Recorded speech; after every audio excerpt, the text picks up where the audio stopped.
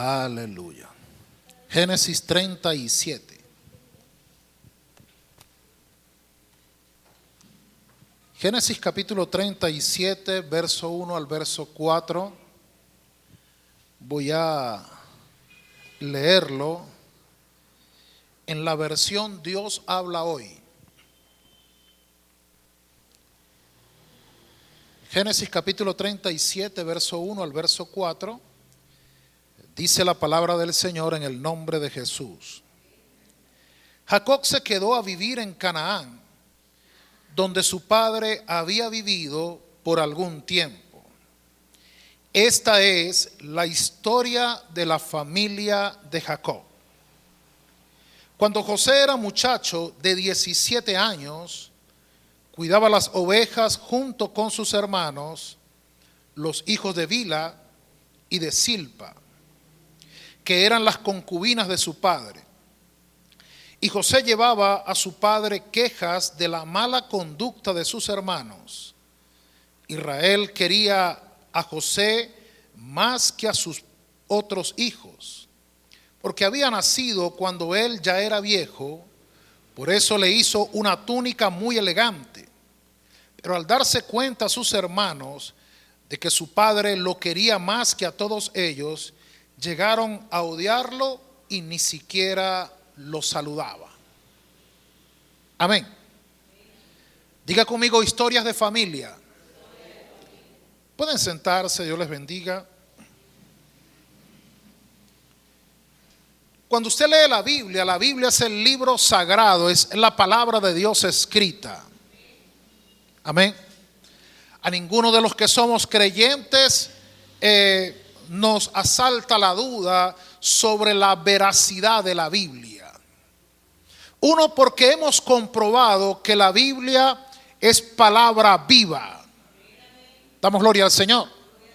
Todos nosotros hemos sido alentados, bendecidos, fortalecidos por medio de esta palabra cuando más lo hemos necesitado. Pero cuando nosotros leemos la Biblia, las personas pudieran creer que la Biblia es un libro lleno de historias perfectas. Bueno, a fin de cuentas es el libro de Dios. A fin de cuentas el Antiguo Testamento habla del pueblo de Dios en la tierra, y el Nuevo Testamento habla del pueblo espiritual de Dios. Debería estar lleno de historias perfectas, pero cuando usted lee la Biblia no encuentra historias perfectas, sino historias humanas. Amén. Cuando uno comienza a leer la historia, este capítulo dice que Jacob se quedó a vivir en Canaán, donde su padre había vivido por algún tiempo. Y dice, esta es la historia de la familia de Jacob. Y uno como que quiere sentarse y cruzar la pierna, comenzar a escuchar puras cosas bonitas y perfectas de la familia de Jacob.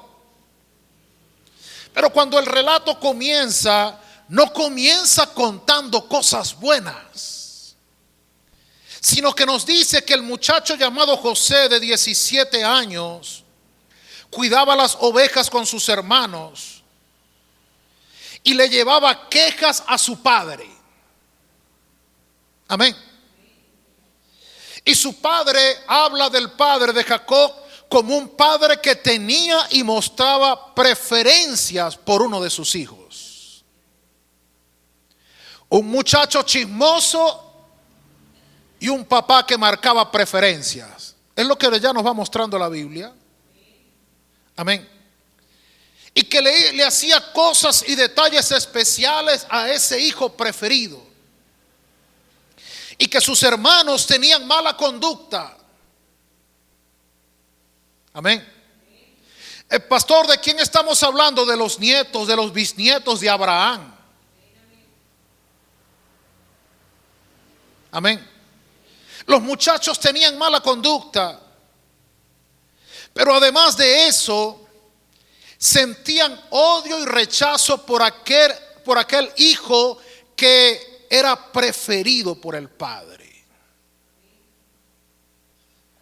Yo leí hasta ahí, pero la historia continúa y los lectores de la Biblia saben que el rechazo de los hermanos de José fue a tal punto que un día confabularon entre todos para matarlo.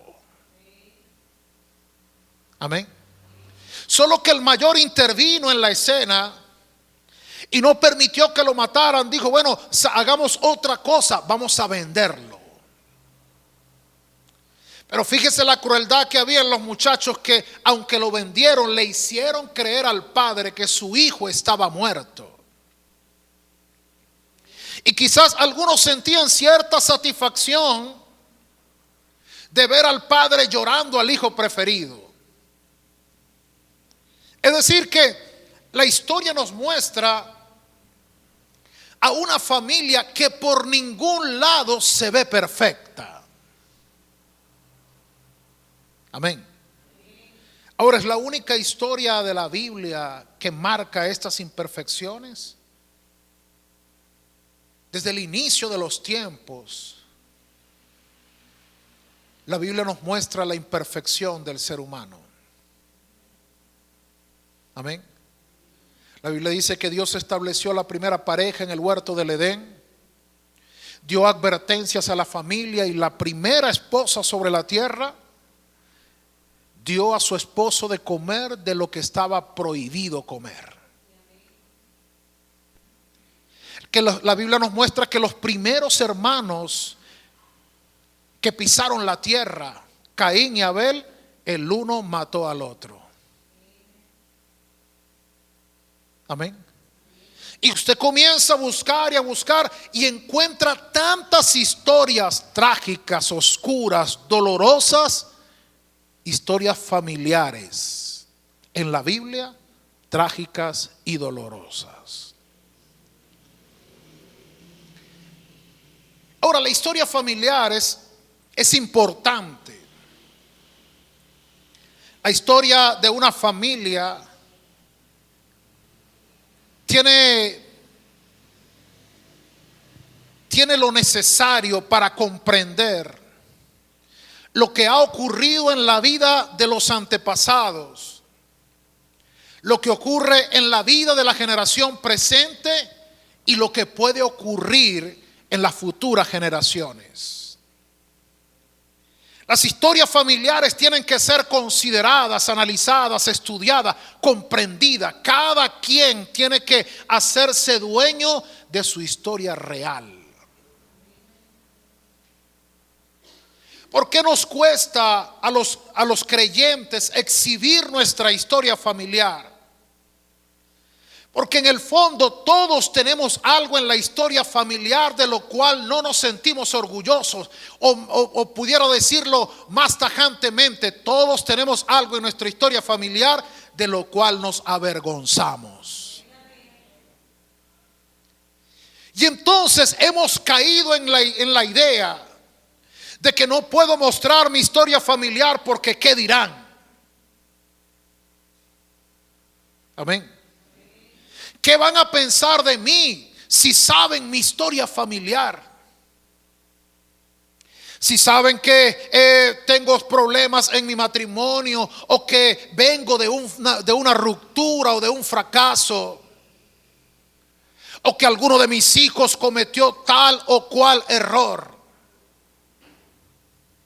Y andamos empeñados en disfrazar y en maquillar nuestra historia familiar.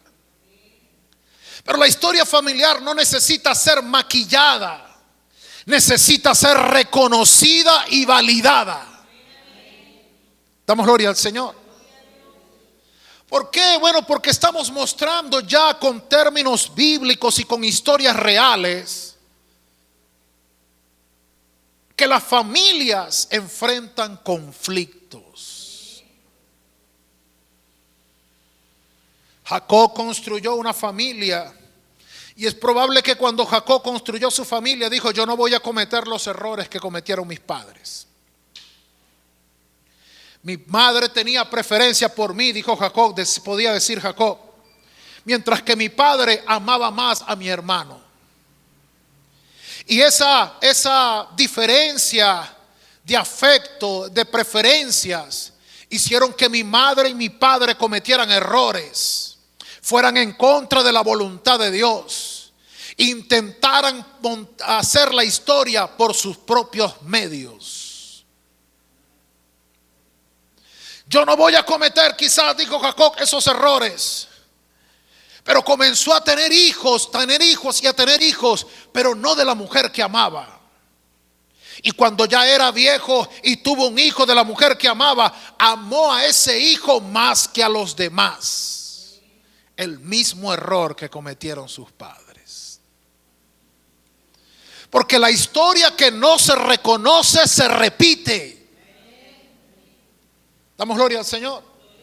La historia que no soy capaz de reconocer, que mantengo en negación, la voy a repetir consciente o inconscientemente. Por eso necesitamos volvernos a nuestra historia, a nuestro génesis, sanar nuestra historia para que el futuro sea distinto. Alguien dijo que lo que usted está viviendo hoy, su presente, su realidad del día de hoy, son los pensamientos y acciones que tuvo hace 5 años atrás. Amén. Si en este momento no la estoy pasando bien, hay cosas que hace 5 años atrás hice, decidí, dije, pensé, creí, que están haciendo de mi presente una realidad. Hay personas que sueñan con cambiar la historia futura. Hay personas que sueñan con cambiar. Yo quisiera que en el futuro mi vida fuera distinta. ¿Alguien ha pensado así? ¿Alguien piensa en un mejor matrimonio dentro de 5 años? ¿Alguien piensa en una mejor estabilidad socioeconómica para la familia dentro de 5 años? Todo lo que usted piense que deba ocurrir dentro de 5 años, tiene que comenzar a creerlo, a hacerlo y a practicarlo hoy.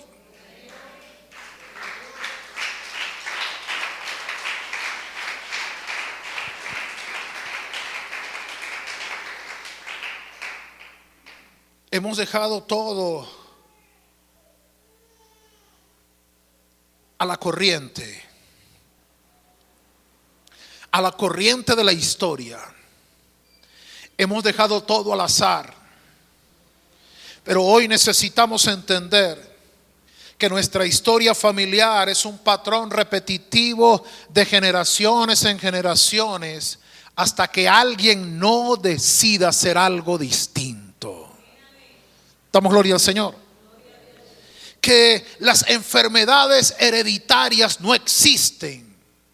Lo que existen son hábitos alimenticios hereditarios.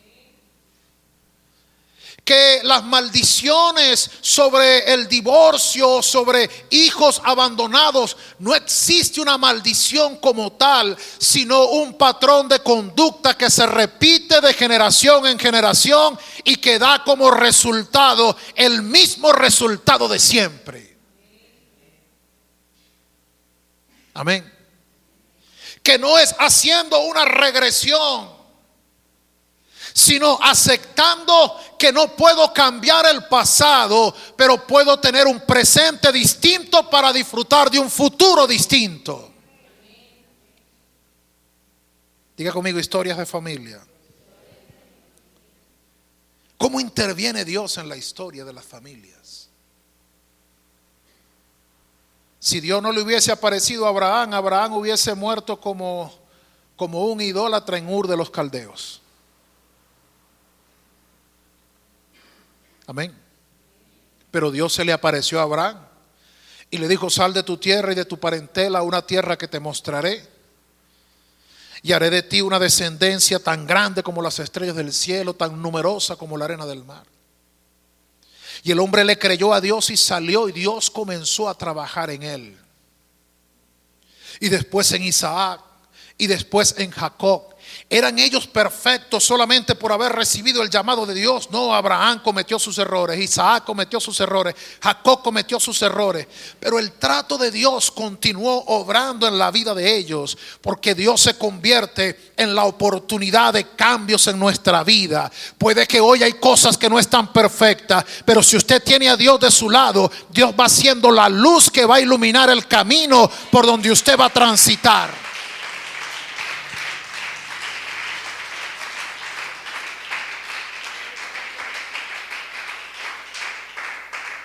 La Biblia está llena de historias como la de Noemí, por ejemplo. Hay muchas historias de las que yo pudiera hablar, pero el tiempo no nos va a permitir. Pero Noemí es una historia de las más trágicas o dolorosas que hay en la Biblia. Ella con su familia salieron, la mujer llamada Noemí, placentera.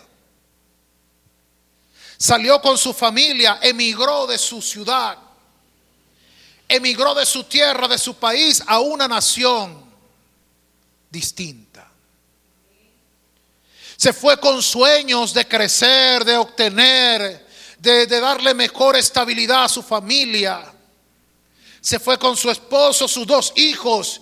Sus hijos se casaron con mujeres allá en aquella tierra de Moab. Pero al tiempo, la mujer perdió a su esposo y a sus hijos, enviudó y sus hijos también murieron. Y de repente allá en una tierra lejana, en una cultura patriarcal, de repente se encontraron 3 indefensas viudas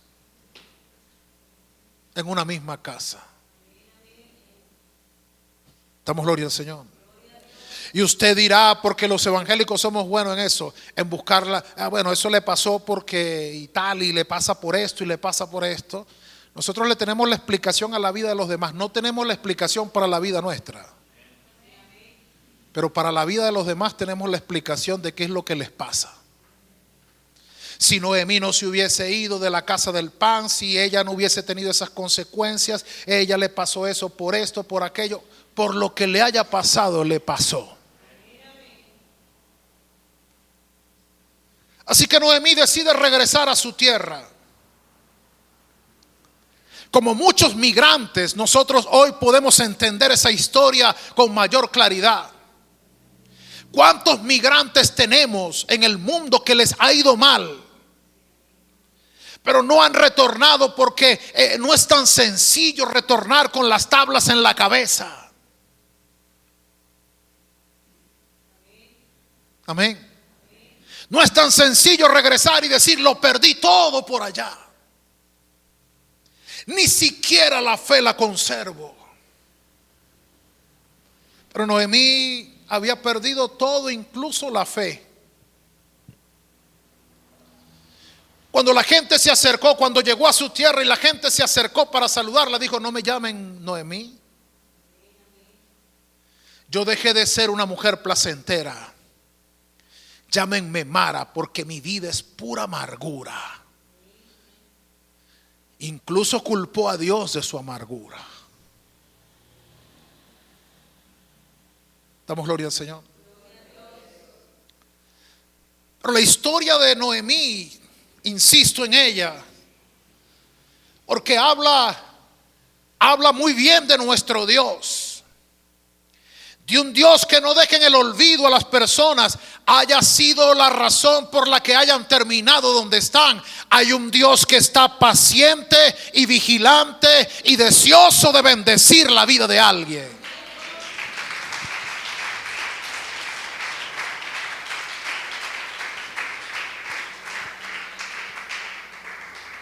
Las nueras de Noemí la amaban como a una madre. Pero ella se despidió de sus nueras y le dijo: vuélvanse a la tierra de sus padres, a los dioses de sus padres. Yo no tengo nada que darles. No hay un pariente redentor que las pueda redimir. No, mis hijos no tuvieron más hermanos que las puedan redimir. según la tradición, había una ley para los cuñados solteros. Pero Noemí les dice: aunque yo volviera a tener un hijo, no tendrían ustedes el tiempo para esperarlo. Así que ella las libera: váyanse. Y Orfa con mucho dolor dejó a su suegra, pero Ruth le dijo: no me pides que te deje, porque no te dejaré. Donde quiera que tú vayas, iré yo. Tu pueblo será mi pueblo y tu Dios será mi Dios.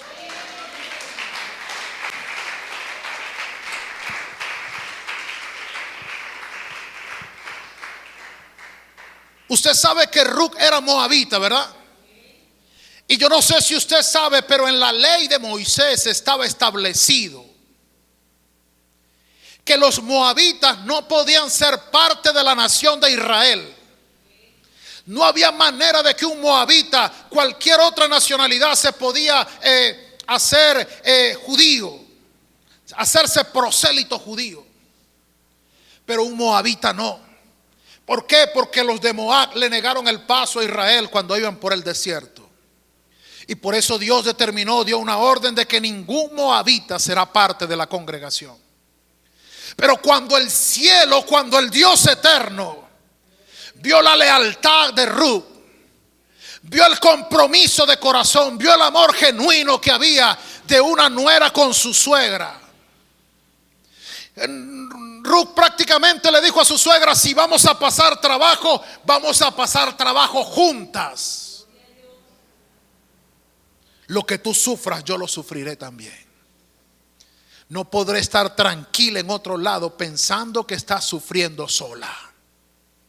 No te voy a dejar. Y cuando Dios miró eso, Dios levantó su propia norma. Damos gloria al Señor. Porque Ruth no solamente fue aceptada dentro del pueblo judío, sino que fue redimida por Boaz. Amén. Boaz le levantó descendencia al hombre muerto. Damos gloria al Señor. Así que Ruth no solamente fue admitida, fue redimida. Y no solo fue redimida, sino que fue la historia, la colocó en un lugar donde nadie se hubiese imaginado. Porque terminó siendo la bisabuela del rey David. Terminó estando en la genealogía de Jesús. Cuando se habla de la genealogía de Jesús, encima de la genealogía hay una moabita. Estamos hablando de un Dios que interviene y da al ser humano la posibilidad de cambiar su historia.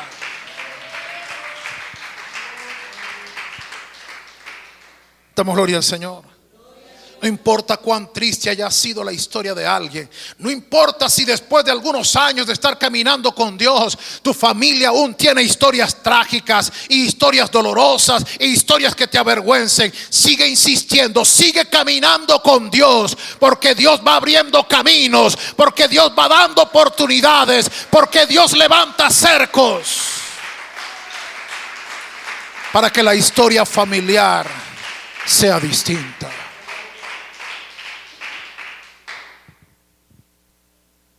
Pudiéramos mencionar, y lo hago brevemente, no quiero detenerme allí porque hay otras historias que quiero compartir.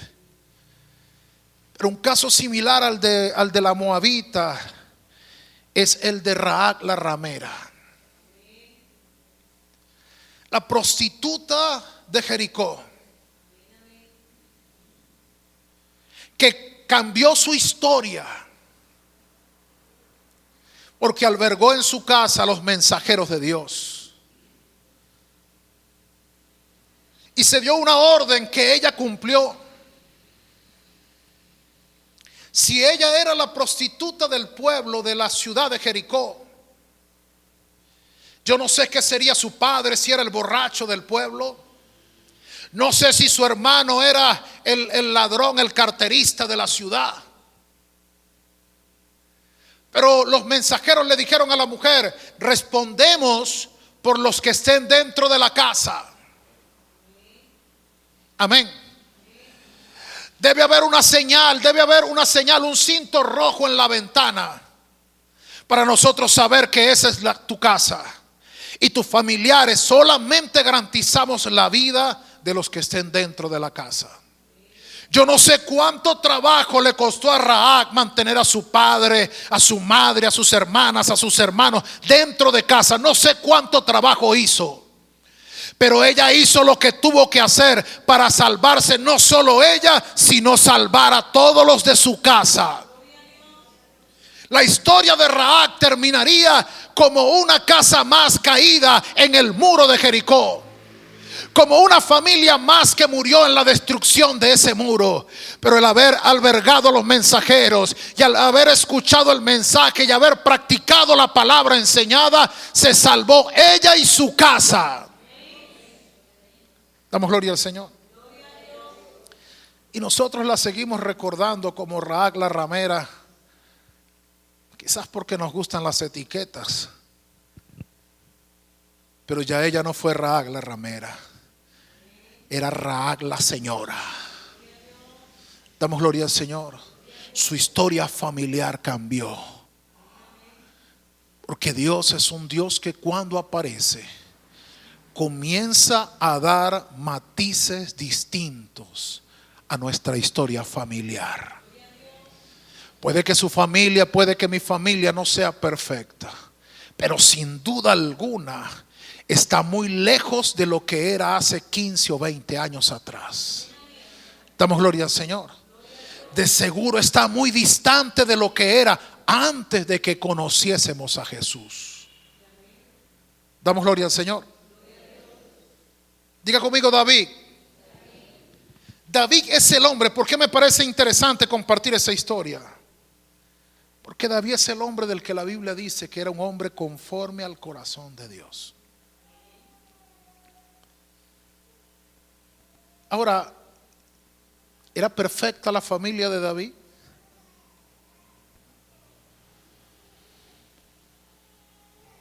David tenía problemas. Voy a decir algo.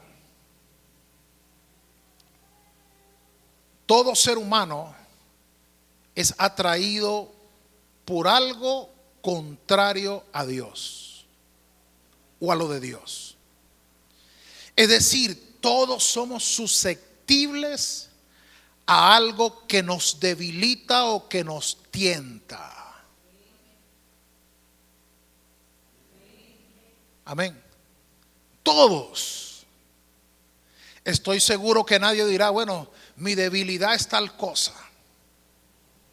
Estoy seguro que nadie expondrá su debilidad, pero todos tenemos debilidad.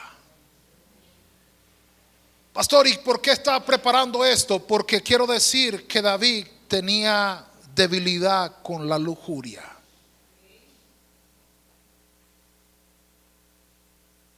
Amén. El hombre que escribía hermosos salmos, el hombre que pasaba horas de madrugada en intimidad con el Señor, el hombre que 3 veces al día hablaba con Dios, tenía debilidad con la lujuria. Y dice la Biblia que en una ocasión se acercó al balcón, a la ventana de su cuarto, y vio a una hermosa mujer bañándose. Esa mujer era casada y estaba casada con uno de sus mejores soldados. Pero el rey mandó a llamar a esa mujer. Y en el tiempo donde David era rey, ninguna orden del rey podía ser contradicha. Así que la mujer fue llevada a David. David estuvo con ella. Fruto de aquella relación, la mujer quedó embarazada. Cuando la mujer le descubre al rey su embarazo, el rey mandó a llamar al hombre que estaba en batalla, le dio permiso para que estuviera en casa, para que el hombre estuviese con su mujer y pudiera el hombre creer que ese hijo era de él. Fíjese todo lo que hizo el rey. Y el hombre vino de permiso, pero el hombre decía: yo no puedo estar durmiendo tranquilo en mi casa con mi mujer mientras el pueblo de Israel está en batalla. Y entonces el hombre no se iba a dormir a su casa, sino que se sentaba en la entrada del palacio allí, listo para la orden de ir a batallar. Y cuando David vio que el hombre no hacía lo que él quería que hiciera, hizo una carta y se la mandó a su general y le dijo: pon a este hombre en la primera línea de batalla. Los hombres que están en la primera línea de batalla son el primer escudo, son los primeros en morir en la guerra. Y selló la carta y se la dio a este mismo hombre. Fíjese la vileza del rey. El mismo hombre llevó su carta de sentencia. Efectivamente, el hombre murió.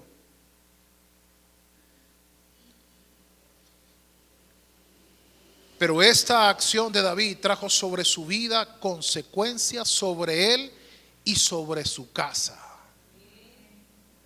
Amén. El niño del que estaba Betsabé embarazada, el niño murió. Y aunque David oró y ayunó y se quebrantó, el niño murió. Y aunque David pensaba que su secreto estaba guardado, Dios reveló su pecado a Natán. Amén.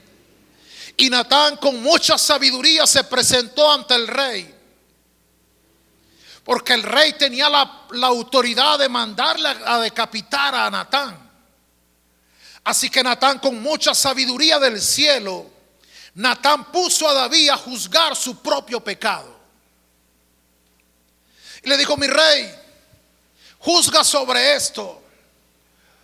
Un hombre tiene muchas ovejas y hay otro hombre que tiene una sola corderita que ha criado consentida en su casa.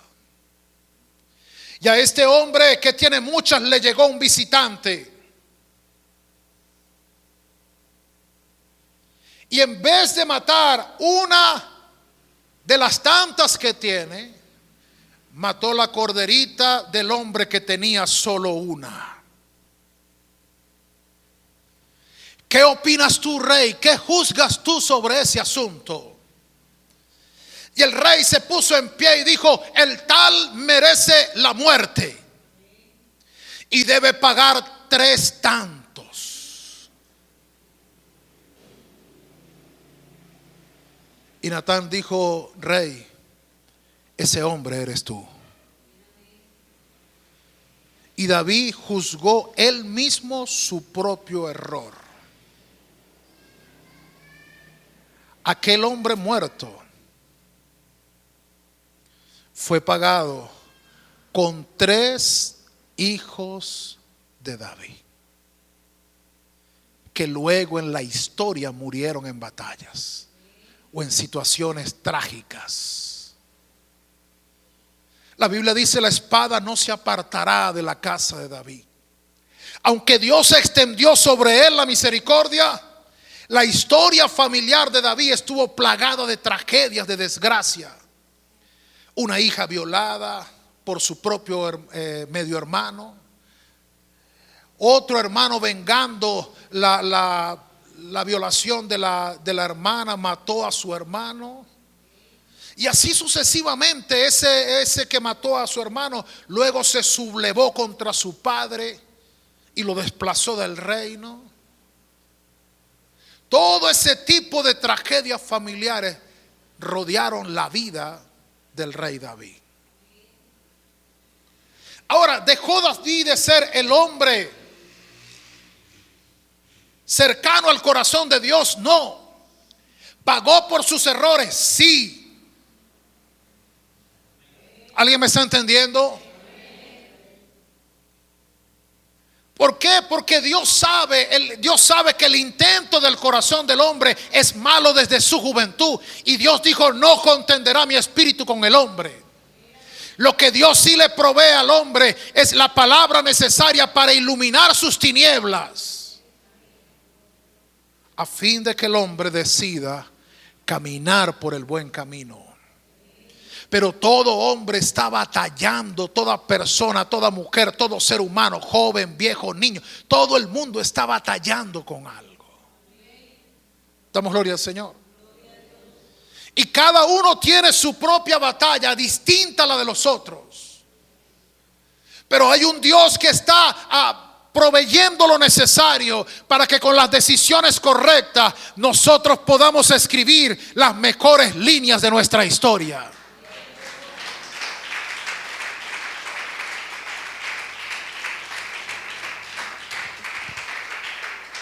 Es un error idealizar.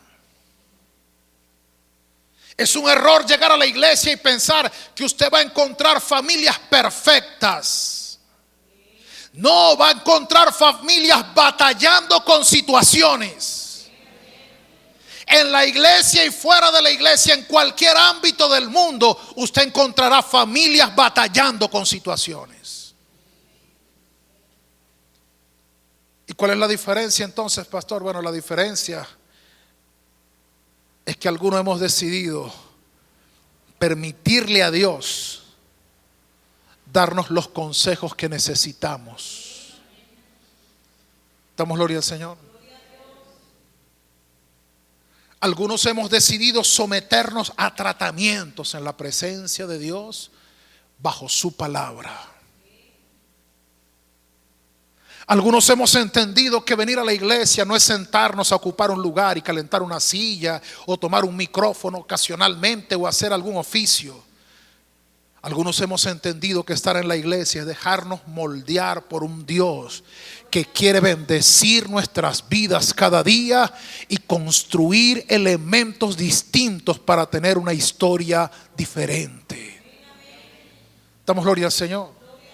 Algunos han entendido que no se trata de fingir o de guardar una apariencia, sino de exponerme ante Dios para que Él me ayude a hacerme consciente,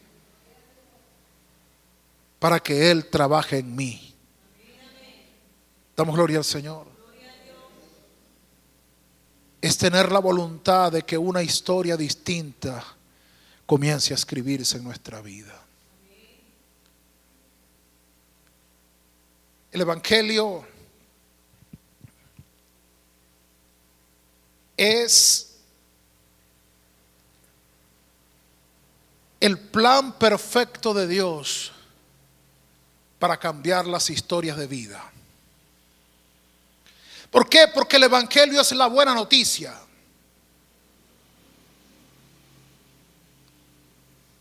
Dios a través del Evangelio le ha traído al ser humano una buena noticia. ¿Una buena noticia de qué? De que hay esperanza. De que mi historia no tiene que terminar siendo trágica. Cuando Dios interviene en el camino de alguien, Dios interviene para cambiar su historia. Jesús, el Evangelio, es lo que cambió la historia de la humanidad. Jesús partió la historia de la humanidad. El mundo se conoce antes de Cristo y después de Cristo. Y cada familia debe conocerse antes de Cristo y después de Cristo. Damos gloria al Señor. ¿Cómo se está escribiendo mi historia después de Cristo? Porque la Biblia está llena de relatos de personas cuyas vidas fueron cambiadas cuando Cristo intervino en la historia. Damos gloria al Señor. En Decápolis, en Gadara, en una ciudad de Decápolis, específicamente Gadara, había un hombre atormentado por legiones de espíritus. Y Jesús cruzó el mar de Genesaret o el mar de Galilea. Lo cruzó con sus discípulos para ir a liberar a aquel hombre y cambiar su historia. Él era el azote de la ciudad. Él andaba desnudo y espantaba a las mujeres, a las niñas. Él vivía en los sepulcros. No podían atarlo ni con cadenas. Pero cuando Jesús llegó, Jesús cambió la historia, la vida de ese hombre. Jesús cambió su esencia. Jesús lo liberó de los espíritus que lo atormentaban. Y cuando la gente vino a ver qué había ocurrido, encontraron al hombre vestido y en su juicio cabal. Y el hombre le rogaba a Jesús: yo quiero ir contigo. Y Jesús le dijo: no puedes ir conmigo, tienes que ir a los tuyos y contarles cuán grandes cosas Dios ha hecho contigo.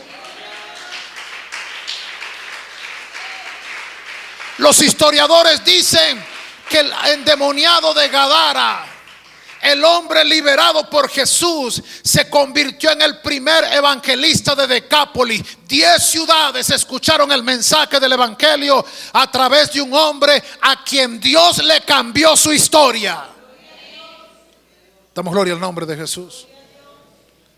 Pero cuando Jesús regresó de Decápolis, de Gadara, cuando llegó al puerto de Genesaret o a Capernaum, ahí lo estaba esperando un hombre llamado Jairo, principal de la sinagoga.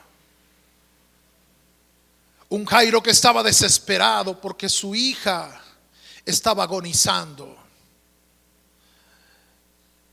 Y le rogó a Jesús que fuera con él a su casa para que sanara a su hija. Y Jesús comenzó a caminar con él y la multitud comenzó a seguirlo.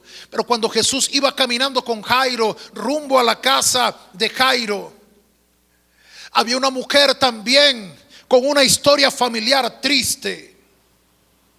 Ella había sido relegada, había sido sacada de su casa. Había dejado de vivir con sus parientes, con sus padres, con sus seres queridos. Ya no podía salir con ellos, ya no podían ir al templo, ya no podían ir al mercado, no podían ir a las plazas, no podían comer juntos. Sus padres, dice Josefo, le construyeron una habitación aparte donde ella vivía sola. Y en su soledad ella decía: si Jesús se cruzara en la historia de mi vida, yo seré sana. Si Jesús pasara por acá, yo extendería mi mano, tocaría el borde de su manto y seré sana. Y ella se repetía esto constantemente. Y ese día Jesús pasó frente a su casa. Y cuando ella escuchó, salió, se abrió paso escondida, quizás tratando de que no la reconocieran. Se abrió paso entre la multitud. La mujer de 12 años de un flujo de sangre, con cuerpo debilitado. Los médicos no entendían cómo no se había muerto. Habían sacado todo su dinero. Ella continuaba con vida, pero nunca se mejoraba. Pero de repente ahí estaba el manto de Jesús y ella extendió su mano, y como ella lo creyó, así sucedió. Ella extendió su mano y la fuente se secó al instante, dice la Biblia. Y Jesús se detiene y pregunta: ¿quién me ha tocado? Señor, la multitud te aprieta, ¿cómo dices tú quién te ha tocado? No, es que de mí ha salido poder.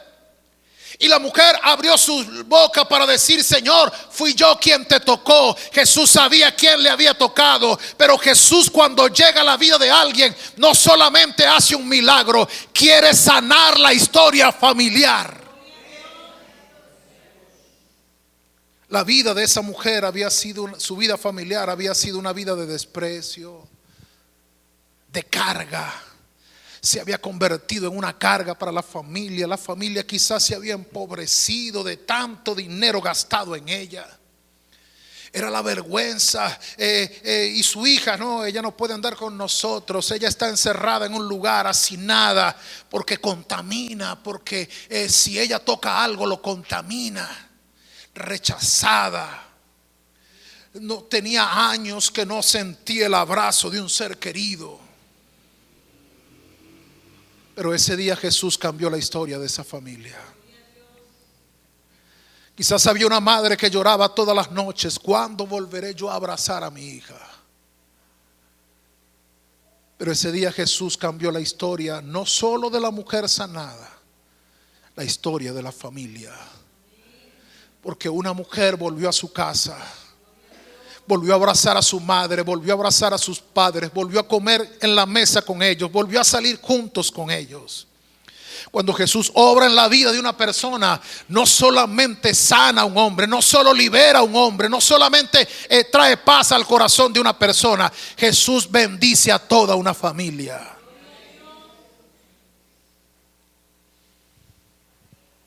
Mientras estaban allí, Jesús ministrando a la mujer, llegó un mensajero de la casa de Jairo: no molestes al maestro, ya no hay esperanza, tu hija se murió.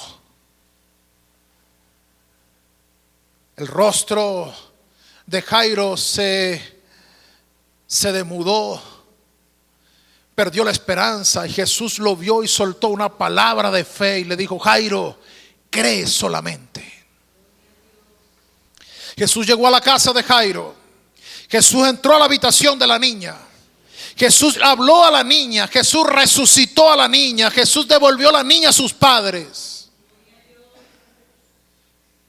Esa gente pudo haber vivido la tragedia más dolorosa de su existencia, habiendo enterrado, unos padres enterrando a una niña de 12 años. Pero Jesús llegó a esa casa para cambiar la historia de una familia que ya no enterrarían a una hija de 12 años, sino que celebrarían la vida de una niña de 12 años. Damos gloria al nombre de Jesús. Los leprosos eran echados fuera del pueblo.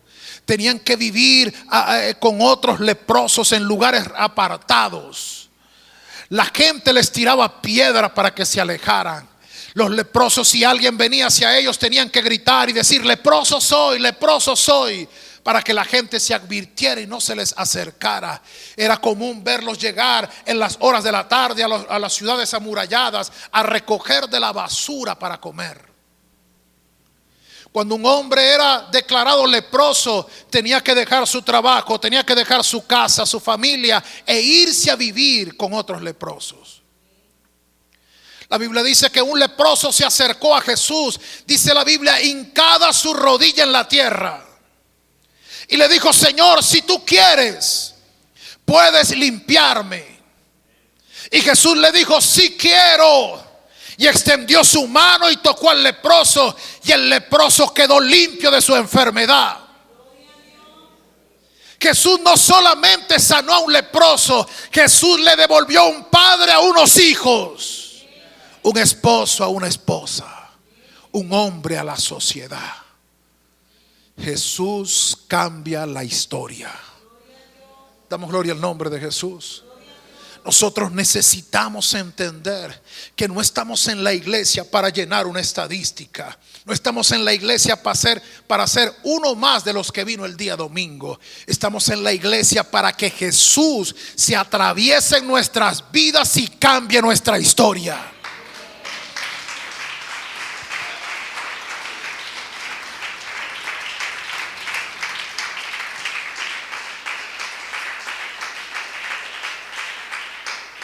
Hay gente que pasa años en la iglesia con historias familiares tristes, ocultas.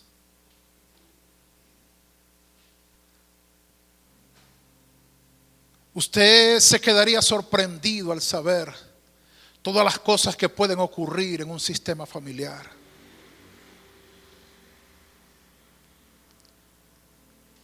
Pero hay jóvenes y algunos no tan jóvenes que quizás en su infancia fueron abusados en sus propias casas,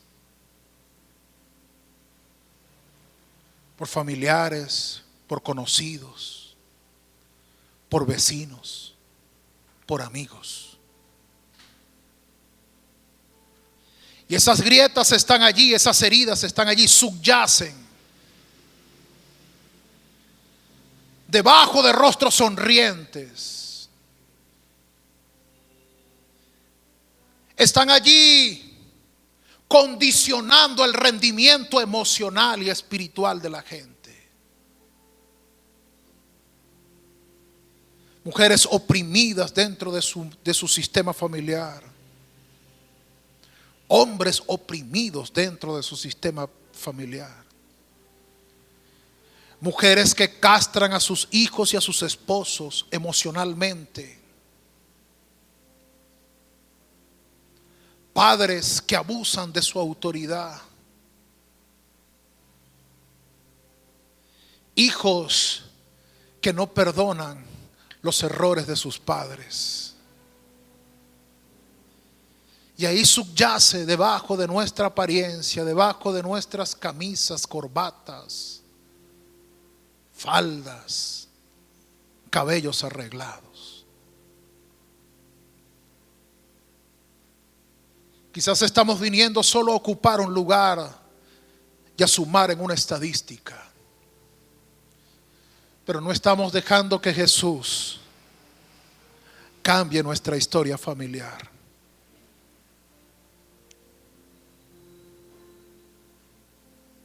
Algunos quizás solamente estamos pensando en lo que me hicieron, lo que me hicieron, lo que me hicieron. Y no están aceptando el perdón y el amor de Cristo y la obra redentora del Calvario, que vino para poner fin a una historia trágica en nuestras vidas.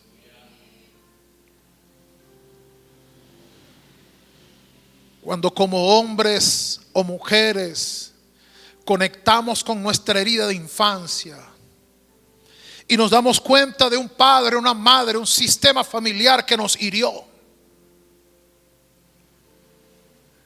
necesitamos entender que Cristo, que Dios cargó en Cristo el pecado de todos nosotros, el tuyo y el de tus padres también, y el de los padres de tus padres también.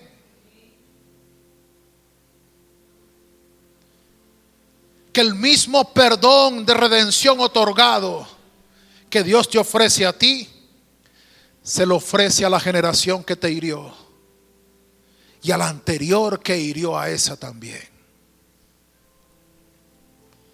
Porque Dios quiere sanar la historia de la familia. Dios no quiere más patrones repetitivos, quiere que nos hagamos conscientes. Se perfecciona una familia, un sistema familiar solo con entrar a una iglesia y sentarme en una silla. No. De hecho, puedo pasar 20, 30 años sentado en una silla de una iglesia sin ser sano. Porque no se trata de venir a la iglesia. Se trata de dejar que Cristo intervenga en mi historia.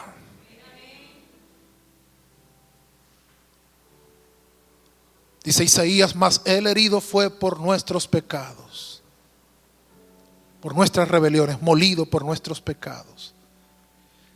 El castigo que nosotros merecíamos fue sobre él, y por su llaga somos nosotros curados.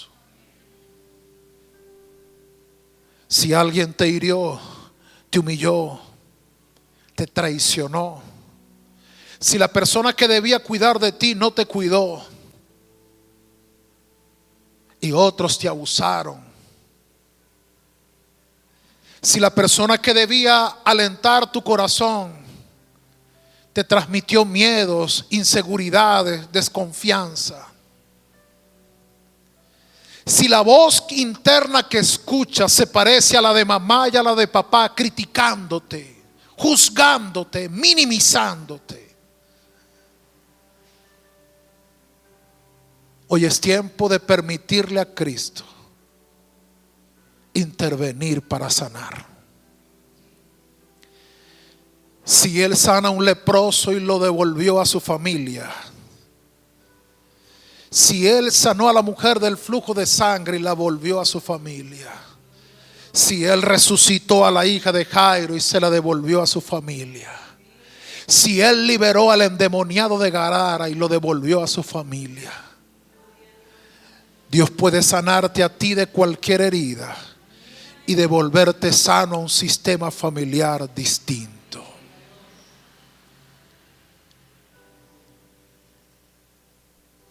¿Qué condiciona tu historia familiar?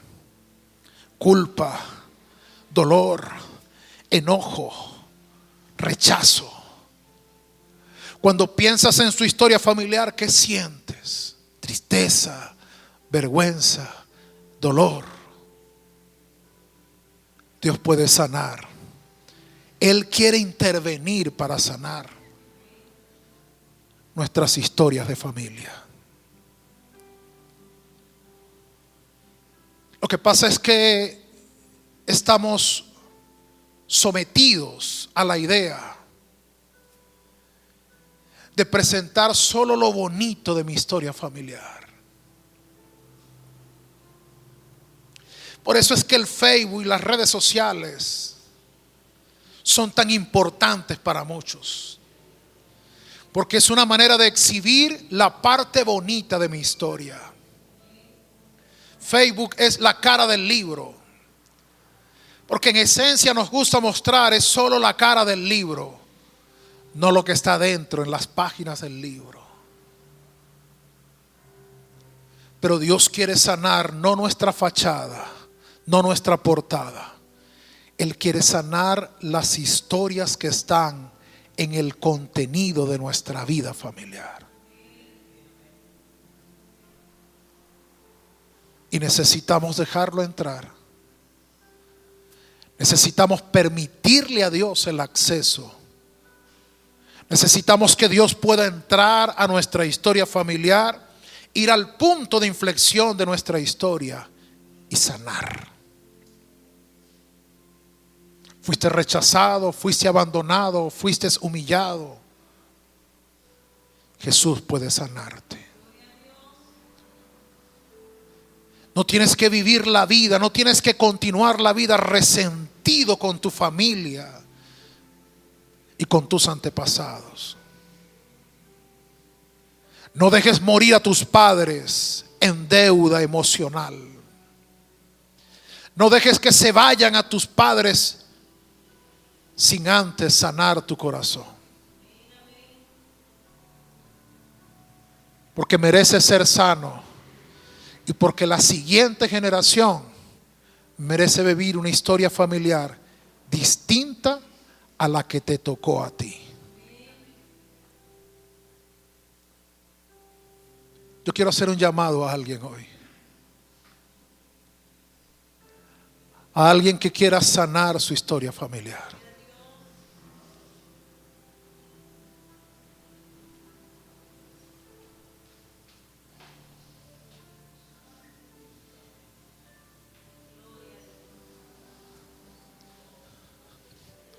No tengas miedo de mostrar tus grietas, tus heridas. No pienses en el qué dirán. No pienses en qué van a decir de mí.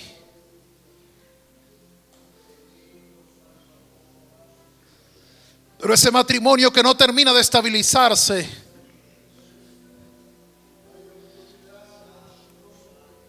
lo está condicionando tu historia familiar. Esos hijos que no terminan de evolucionar están condicionados por la historia familiar. Esos problemas emocionales repetitivos, esas situaciones que vuelven y se repiten, están siendo condicionadas por una historia familiar.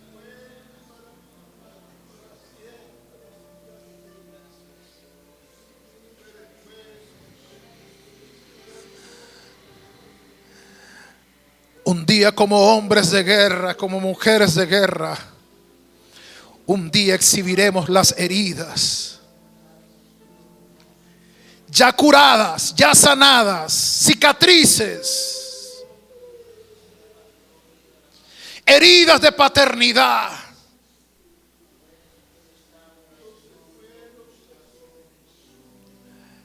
aquellas heridas de padre ausente, aquellas heridas de madre controladora.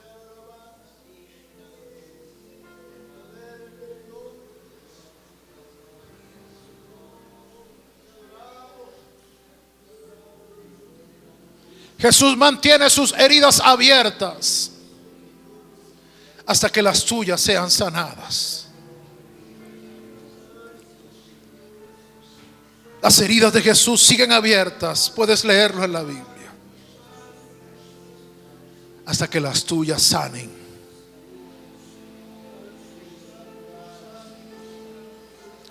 Quieres darle oportunidad a Jesús. Quieres que tu historia familiar sea distinta. Déjalo intervenir, déjalo intervenir. Hazte consciente. Deja de fingir, deja de vivir en una apariencia.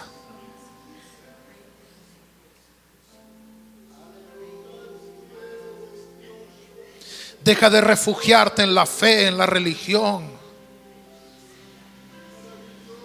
La fe no es un escondite, es un lugar para exponerme ante Dios.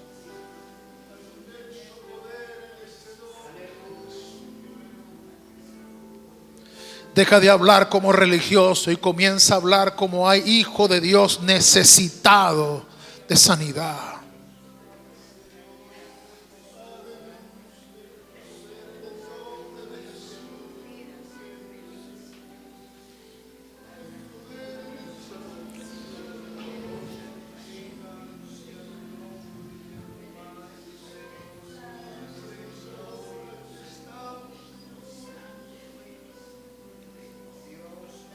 Hoy es un buen tiempo también para el perdón y la sanidad. Hoy es un buen tiempo para el perdón y la reconciliación.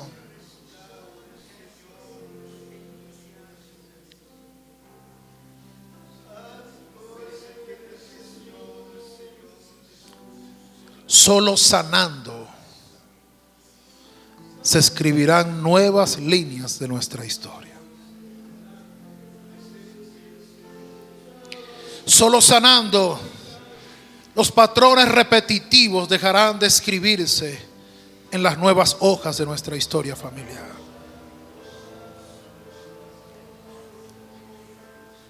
Solo sanando dejaremos de repetir errores. Solo sanando dejaremos de repetir situaciones, relaciones.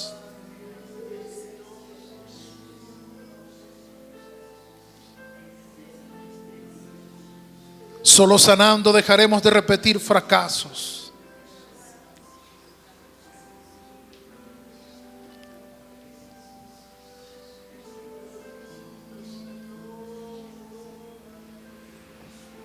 Interviene, Señor, en la historia de nuestra vida. Interviene Jesús en nuestra historia, Señor.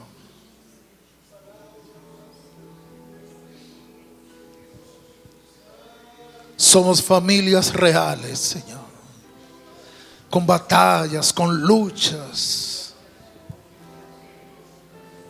con cosas que a veces no entendemos, Jesús.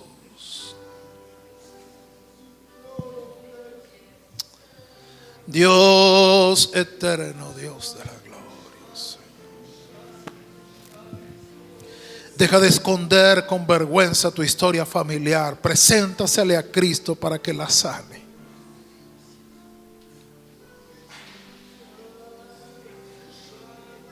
Tráela a la presencia de Jesús. Ríndela ante Jesús.